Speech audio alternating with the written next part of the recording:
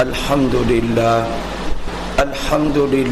نحمده ونستعينه ونستغفره ونؤمن به ونتوكل عليه ونعوذ بالله من شرور أنفسنا ومن سيئات أعمالنا من يهده الله فلا مضل له ومن يضلله فلا هادي له ونشهد أن لا إله إلا الله وحده لا شريك له ونشهد أن سيدنا ومولانا محمدا عبده ورسوله أما بعد فأعوذ بالله من الشيطان الرجيم بسم الله الرحمن الرحيم وتوبوا إلى الله جميعا أيها المؤمنون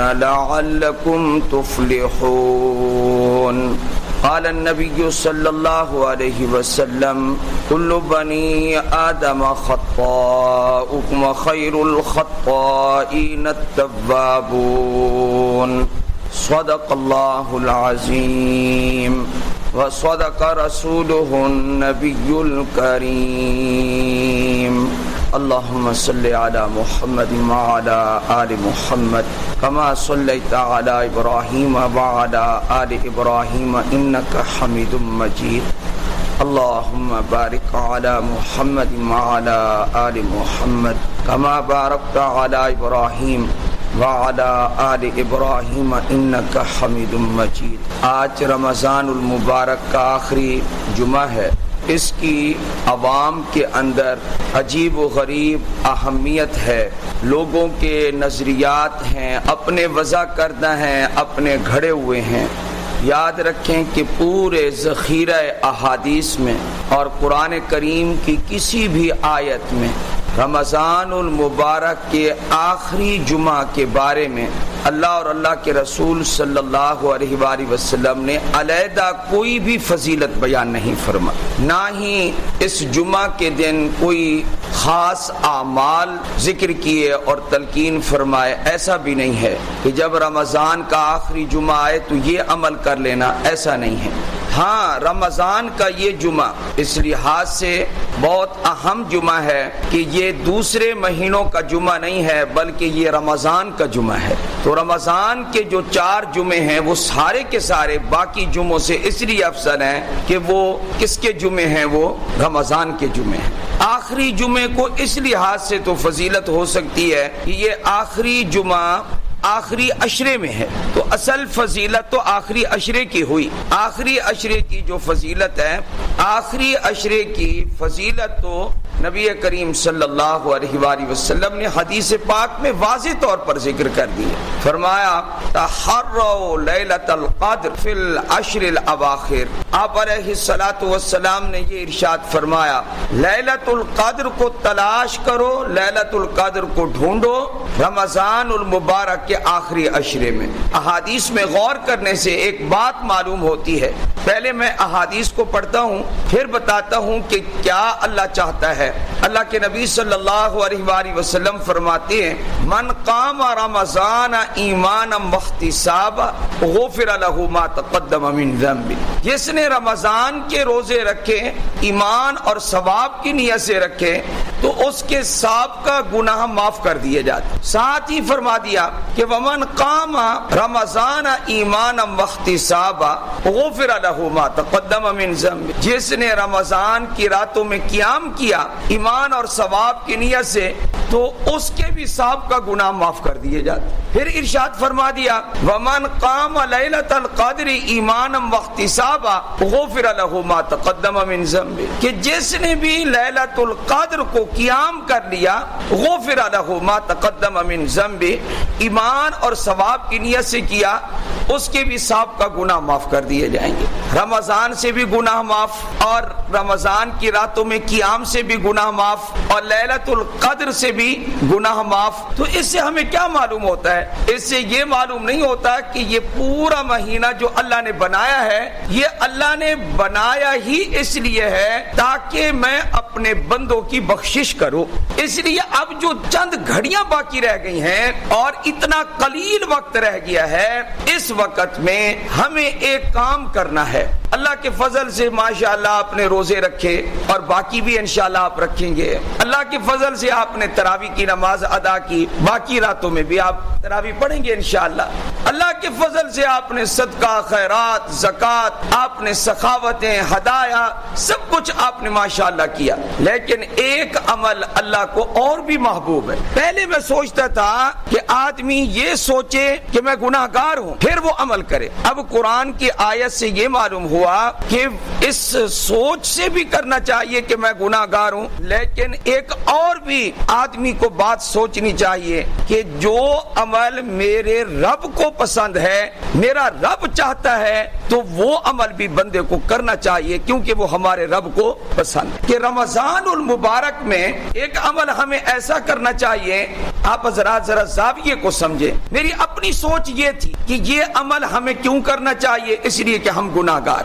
تو گناہ گار کو وہ عمل کرنا چاہیے تاکہ اس کے گناہ ختم ہو. گناہوں سے کون پاک ہے؟ اللہ تعالیٰ کے نبی پاک ہیں. اللہ نے جتنے نبی پیدا کیے ہیں وہ سارے کے سارے گناہوں سے پاک. نہ کبیرہ گناہ کرتے تھے نہ صغیرہ گناہ، وہ گناہوں سے بالکل پاک تھے. اور دوسری مخلوق جو پاک ہے وہ اللہ کے معصوم فرشتے ہیں. وہ کیا ہیں؟ وہ پاک ہیں. باقی انسان اور جنات یہ گناہوں سے پاک نہیں ہیں. انبیاء کو چھوڑ کر ہر ایک سے چھوٹا بڑا گناہ ہو جاتا ہے. اب جو عمل شریعت نے بتایا ہے تو اس کے بارے میں یہ آپ سے عرض کر رہا ہوں کہ پہلے میرا ذہن کیا تھا کہ وہ عمل ہم اس لیے کریں نا کہ ہم بندے ہیں، کمی کوتاہی ہو جاتی ہے تو اس کا ازالہ ہو جائے. وہ عمل اس لیے ہم کریں. وہ عمل کون سا ہے؟ وہ توبہ کا عمل ہے. توبہ کیوں کریں؟ اس لیے کہ ہم گناہ گار ہیں. بلکہ ہمارے عرف میں، ہمارے رواج میں یہ بات چلتی ہے، میاں تو نے گناہ کیا ہے نا تو توبہ کر. لیکن قرآن کے مطالعے سے یہ معلوم ہوا کہ خود توبہ کرنا بندے کا یہ اللہ کو پسند ہے. تو اس نیت سے بھی توبہ کرنی چاہیے کہ یہ میرے رب کو پسند ہے. اب میں پڑھتا ہوں وہ آیت جس میں یہ آیا ہے کہ اللہ تعالیٰ توبہ کرنے والوں سے محبت فرماتے ہیں. فرمایا ان اللہ یحب التوابین ویحب المتطہرین. بے شک اللہ توبہ کرنے والوں سے بھی محبت فرماتے ہیں اور اللہ تعالیٰ خوب پاک رہنے والوں سے بھی محبت فرماتے ہیں. تو ہمیں یہ عمل کرنا چاہیے یا نہیں کرنا چاہیے؟ رواجن نہیں، اس نیت سے کرنا چاہیے. ٹھیک ہے اے اللہ میں گناہ گار ہوں، میرے صغائر بھی ہیں، میرے کبائر بھی ہیں، میرے علانیہ بھی ہیں، میرے سر بھی ہیں. اے اللہ مخفی گناہ، علانیہ گناہ ہر قسم کے ہیں. اس وجہ سے بھی توبہ کرنی چاہیے.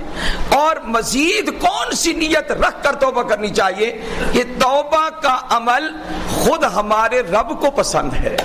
اس لیے ہمیں کیا کرنی چاہیے جی؟ توبہ کے فوائد کیا ہیں؟ پہلا فائدہ تو آپ کے سامنے آ گیا، کیا کہ جو بندہ توبہ کرے گا اس کو اللہ کی محبت نصیب ہوگی. پہلا فائدہ یہ. دوسرا فائدہ، سورہ نور کی میں نے آیت پڑھی ہے، آیت کا ایک حصہ پڑھا ہے. اللہ تعالیٰ ارشاد فرماتے ہیں وَتُوبُوا إِلَى اللَّهِ جَمِيعًا.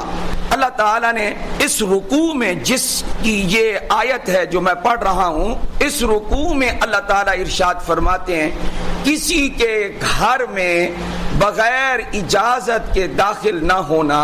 فرمایا کہ داخل ہونے کے بعد سلام کرنا، اور اگر تمہیں اجازت نہ ملے، دروازہ نہ کھلے تو بغیر اجازت کے کسی کے گھر میں نہ جانا. اللہ نے یہ حکم بیان کرنے کے بعد دوسرا حکم بیان فرمایا، کیا؟ اے میرے نبی صلی اللہ علیہ وآلہ وسلم، جتنی مرتبہ بھی درود شریف زبان سے نکل جائے گا انشاءاللہ وہ قبول ہو جائے گا. صلی اللہ علیہ وآلہ وسلم. اب حکم سنیں، آپ ایمان والے مردوں کو کہیں آنکھیں پست رکھا کریں، شرمگاہوں کی حفاظت کریں. پھر آیت ختم کر کے پھر فوراً اللہ نے کہا جیسے آپ کے مردوں کو کہیں ایسے عورتوں کو بھی کہیں. کیا فرمایا کہ آنکھیں پست رکھیں، اپنی عفت کی حفاظت کریں، اپنی زینت کو ظاہر نہ کریں. یہ اللہ نے احکام بیان کیے. اب انشاءاللہ آپ کو میری بات سمجھ آئی کیا کہ ان احکام میں اگر کہیں کوتاہی ہو جائے, اچانک کہیں نظر غلط استعمال ہو گئی, اچانک کوئی اور گناہ ہو گیا, چھوٹا بڑا, تو اللہ اس کا بھی کوئی علاج ہے.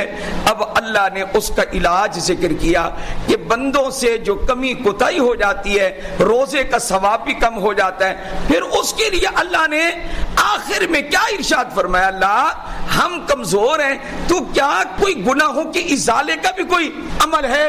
فوراً اللہ نے کہا وَتُوبُوا إِلَى اللَّهِ جَمِيعًا, اے مومنین تم اللہ کے سامنے توبہ کرو. ایھا المؤمنون, اے ایمان والو تم توبہ کرو.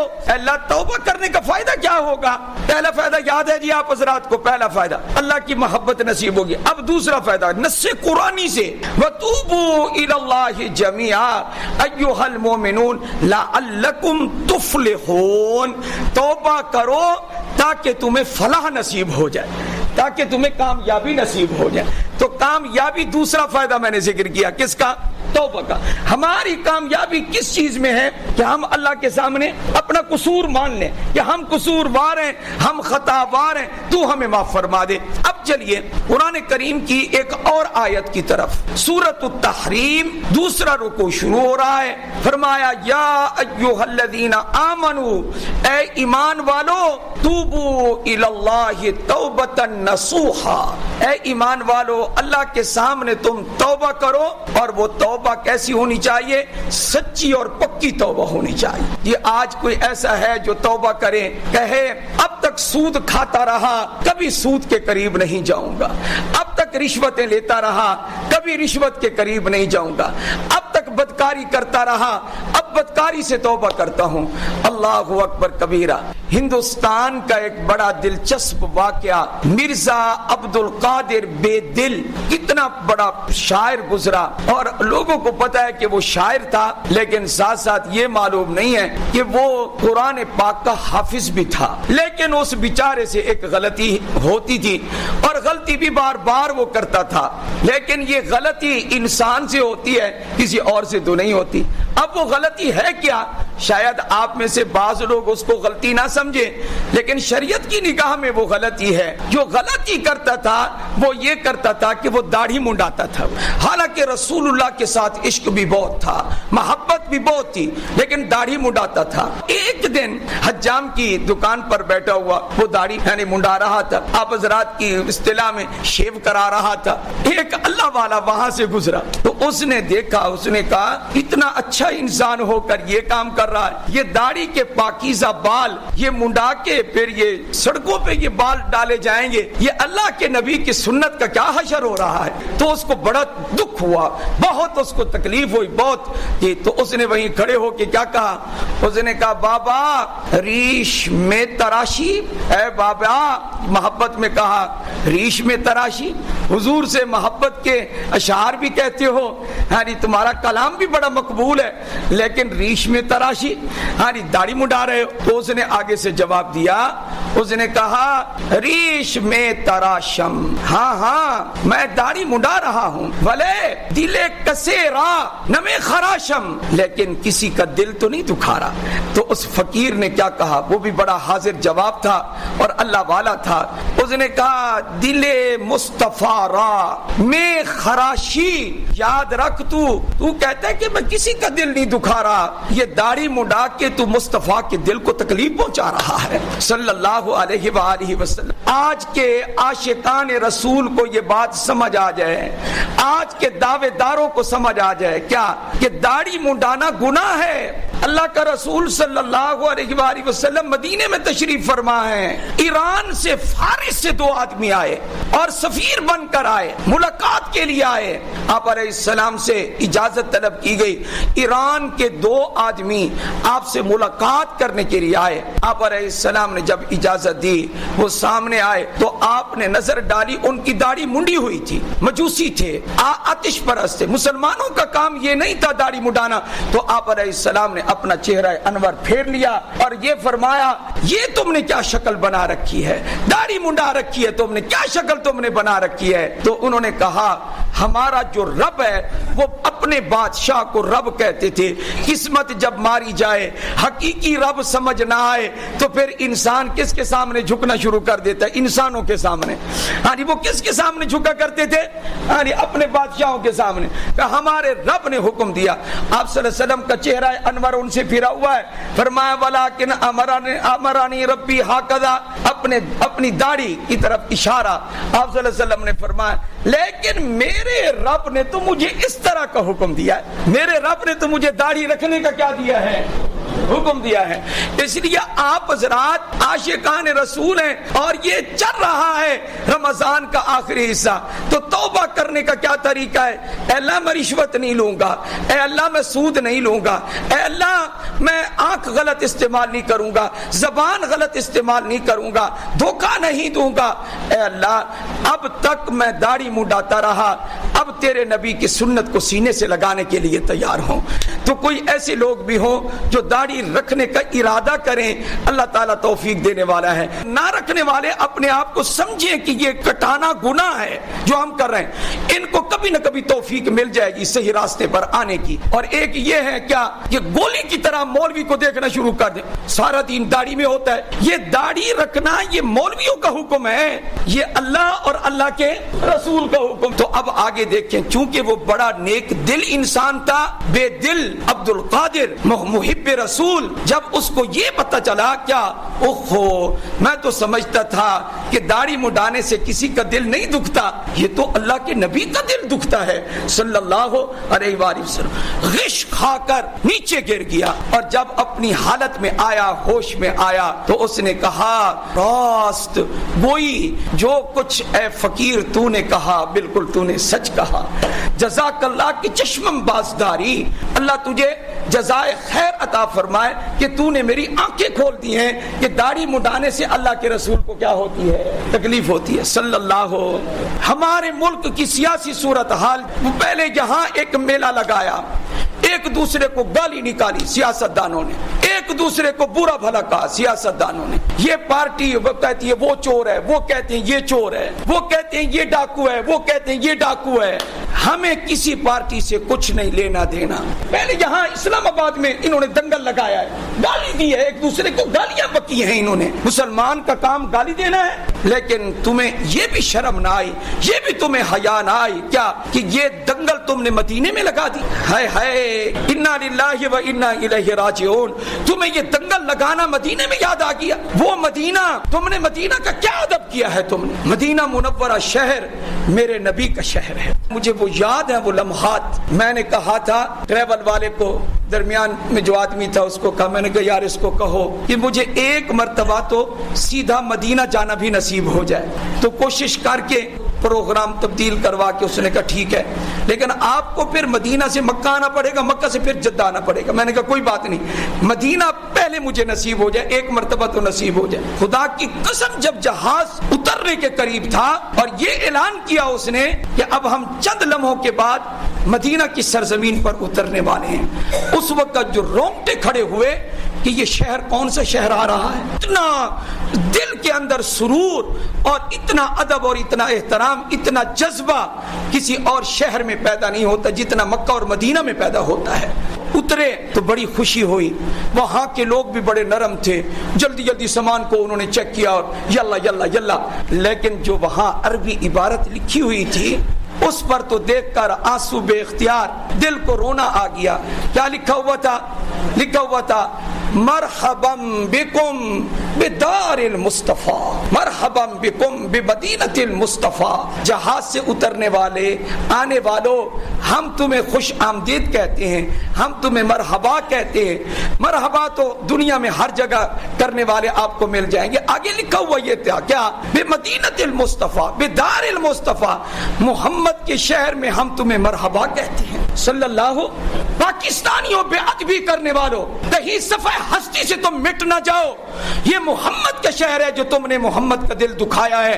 توبہ کرو, پکی توبہ کرو, تمہاری سیاست کو کچومر کر کے رکھ دیا جائے گا, تمہیں پیس کے رکھ دیا جائے گا. اگر تم نے اللہ کی گستاخی کی یا اللہ کے رسول کی گستاخی کی, پھر دنیا میں تمہیں پناہ دینے والا کوئی نہیں ہوگا. یہ تمہاری سیاست ہے. کوئی پارٹی ہو, کوئی گستاخی کرے, چاہے کسی بھی پارٹی سے تعلق رکھتے ہو, تم کسی کام کے نہیں ہو.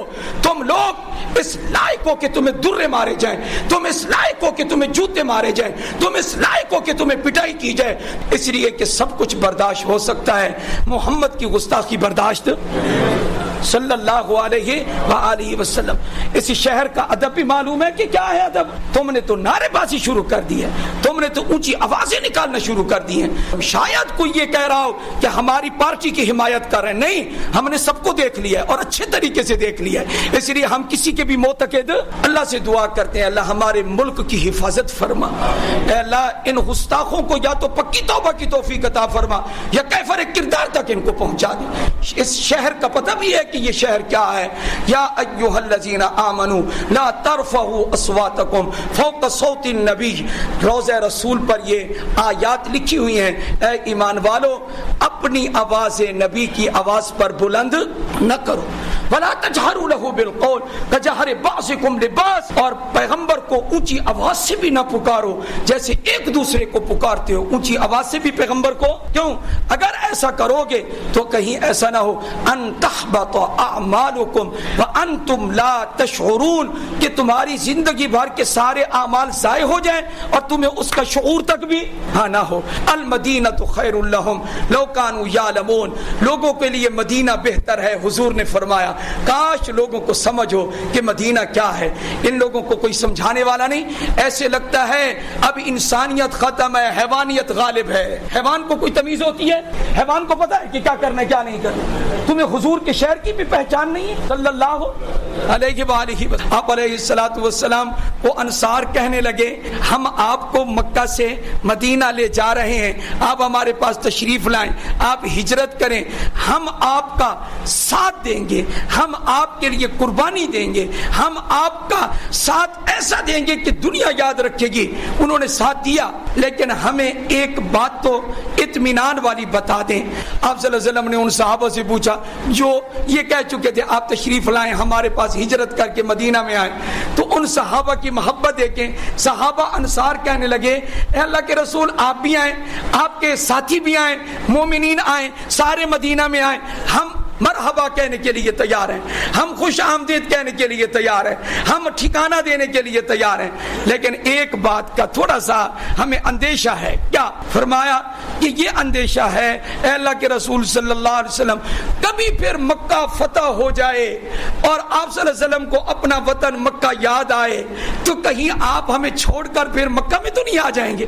حضور علیہ السلام نے فرمایا کہ میں کبھی بھی تمہیں چھوڑ کے کہیں نہیں جاؤں گا, میں ہمیشہ مدینے میں رہوں گا. آپ صلی اللہ علیہ وسلم نے اپنے قول کو سچ کر دکھایا, ساری زندگی مدینہ میں رہے اور اس دنیا سے جانے کے بعد آج بھی حضور مدینہ میں موجود ہے صلی اللہ. اے اللہ ہمیں نبی کا ادب نصیب فرما, نبی کا احترام نصیب فرما, نبی کی تابعداری نصیب فرما, نبی کی عزت نصیب فرما. وآخر دعوانا ان الحمدللہ رب العالمین.